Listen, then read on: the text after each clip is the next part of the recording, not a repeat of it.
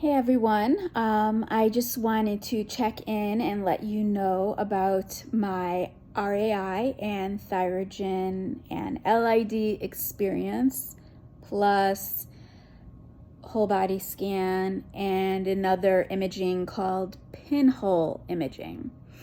So to rewind back, I was diagnosed on April 15th with papillary thyroid carcinoma, March 1st. May 1st, I had a total thyroidectomy and left neck dissection. I was told at the time from all of the ultrasounds that I had undergone that the cancer was only on the left side of my thyroid. And thankfully, I did a total thyroidectomy because it turns out I also had cancer on my right side. So I think my recovery was pretty quick. From the thyroidectomy, I was back to driving and full routine, within 6 days. And I've been feeling okay. A little bit more tired than I used to, but I was never like Miss Peppy energy, bouncing off the walls. So in July, I did my first I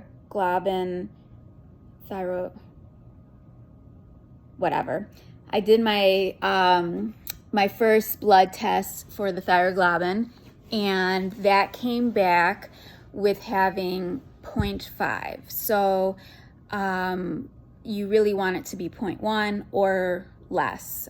So then it's basically undetectable. So it being 0.5 and the fact that I was stage 1 and I had no lymph involvement, I had no metastasis. So my nuclear medicine doctor decided that I would do 30 millicuries of RAI, but I decided to postpone it until September because I was traveling and I did not want to have to do the diet during the summer. I did not want to have to be in isolation during the summer as well. So let's see, sorry, my brain is all confuzzled right now. August 22nd, I started the LID diet. It's manageable, but it's not the most fun diet that you'll ever go on. So you're not going to have anything with iodine, no egg yolk. You can have egg whites, nothing with soy. The only soy I believe you can have is soybean oil and soy lecithin. So like my vitamin D that I have to take has soybean oil in it, I believe, so it's still okay to take. So no soy, no shellfish. I wouldn't eat anything from the ocean, period, because that might have iodine in it. And there's a whole list of other kind of random ingredients that you've probably never heard of that you cannot ingest. Oh, no dairy as well. So no yogurt, no creamer in your coffee. You have to use coconut or almond creamer. There is a website, lidlifecommunity, I think .org, and they have a whole list of foods that are approved and those that are, I call them illegal, and they have it broken out by country. They also have restaurants that are LID approved, like Chipotle, which I know a lot of people like Chipotle. I'm not the biggest fan. I really do not eat there at all, but you know what, desperate times, I had to go. There's not a whole lot that you can eat. Fruits and vegetables, you can eat as much as you want. So I did the LID diet for 2 weeks, and then starting the Tuesday after Labor Day, I went in for my first thyrogen shot. So I went to the hospital to do it, and they administered it. It stung a little bit, and then I went right to work. I was fine, maybe a little bit more tired. The next day, I got my second shot on the other half of my butt cheek, and that day I actually had off. And then Thursday morning, I went in for my RAI dosage. So first, you go into radiology, nuclear medicine, and first I met with a radiation safety officer, and she went through all of my do's and don'ts, you know, how long I had to stay in isolation for. I had to be in complete isolation. I stayed in my room completely for about 2.5 days. So all of Thursday, all of Friday, and then Saturday, I came out of my room and I went outside for a walk. It was really nice outside. There was no one else outside near me. And then by Sunday, I was moving around my house. I was still keeping myself separate from my husband and my dog. My daughter went to stay with my parents. So I had no interaction with her the whole entire time. During my isolation, I watched a lot of Netflix. I got a good book to read, did some sleeping, in order to prepare for the isolation, you know, because you don't want, you know, it comes out through your sweat and through your urine.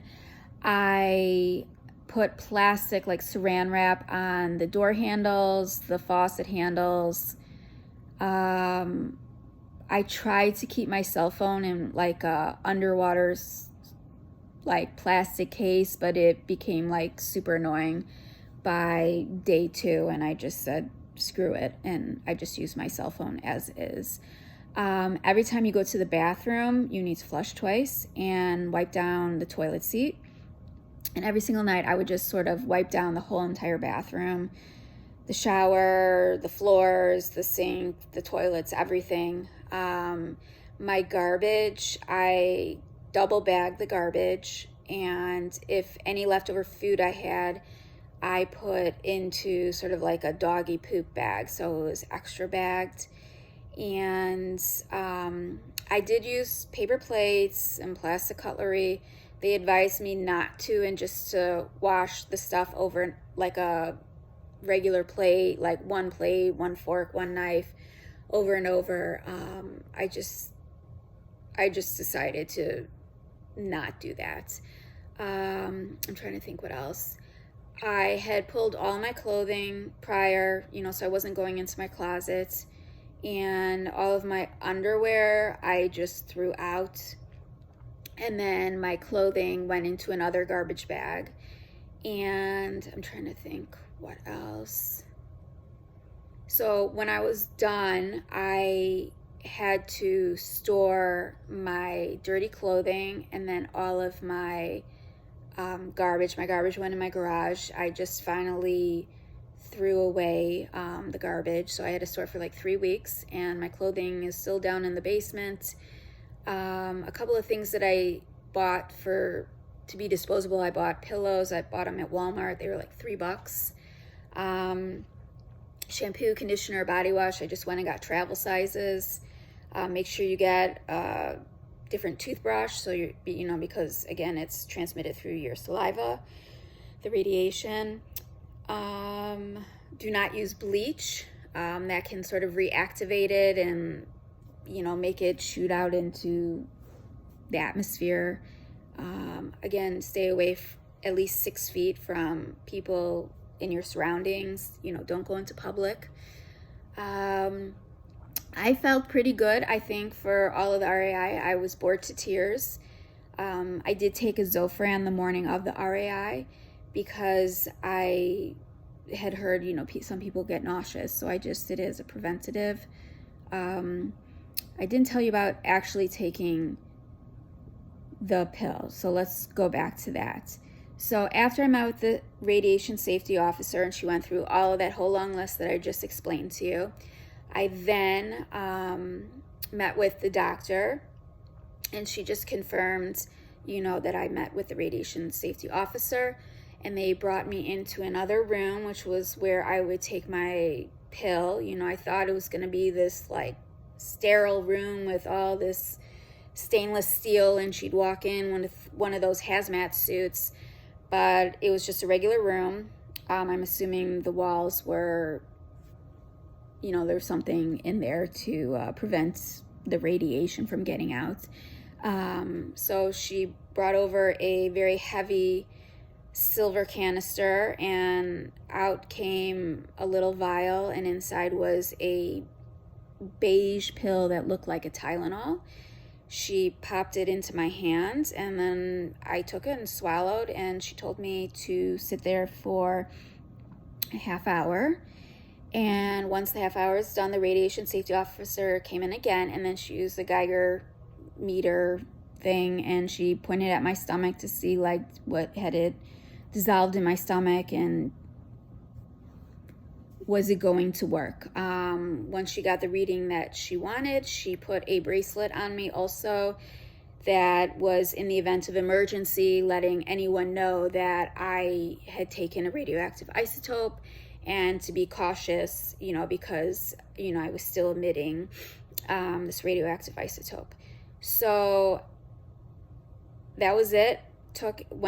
They went to the elevator and went to my car, drove home, went up to my room, and that was it. So I took it Thursday. By Monday, I was back at work. And that Thursday after, which would have been a week after I took the pill, I went in for my whole body scan.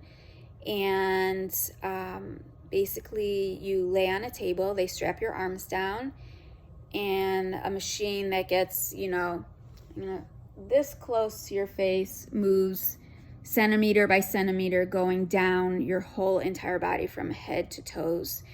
And then I could sort of see on a screen to my left, I could see that there was uptake in my neck area, and then a little bit in my stomach area, which would be normal because that's where the pill went to initially. Once I was done with that, I went into another room and I did what's called a pinhole imaging, where I just took an in-depth look like right at my neck area. And once I was done with that, I was released, and I got my results maybe the following week. They said there was no other evidence of cancer that they could see. Normal uptake in the thyroid. They said there was some residual stuff in my salivary glands and my nasal cavities or something like that. I'm not exactly sure what that means. I'm going to see my endocrinologist in November, so I'll ask him, but obviously no one seems to be worried about that. And I go for my next blood test again and an ultrasound at the end of October. Hopefully everything will be clean, God willing. And I'm trying to think if there's anything else I need to remind you about this whole experience, but it wasn't so bad. I know a lot of people don't have such a low dosage. You know, I think the average maybe is 100. Some people have 50 millicurie, some have 150, some have 200. Just so you know, the reason I wanted to do this was because I want to be cancer-free. I have a child, and I want to see her grow up, and I want to see my grandchildren one day. So I will do anything to get rid of my cancer. A lot of people are scared to do it because they are scared of secondary cancers. And from what both my doctors have told me, is that unless you're doing RAI multiple times at very high dosages, and you have metastasis in your lymph nodes into other parts of your body, you will be fine. You will be fine. You will not get another cancer from doing the RAI. And this is from my doctor's mouth and from other things that I have read online. I don't read random people's blogs about this stuff. I go to the sources like Mayo Clinic and highly respected medical hospitals and journals and whatnot. So if you have any questions about my experience, please let me know, comment below, and I will do another update after will be my 6-month check-in. Have a great day. Bye.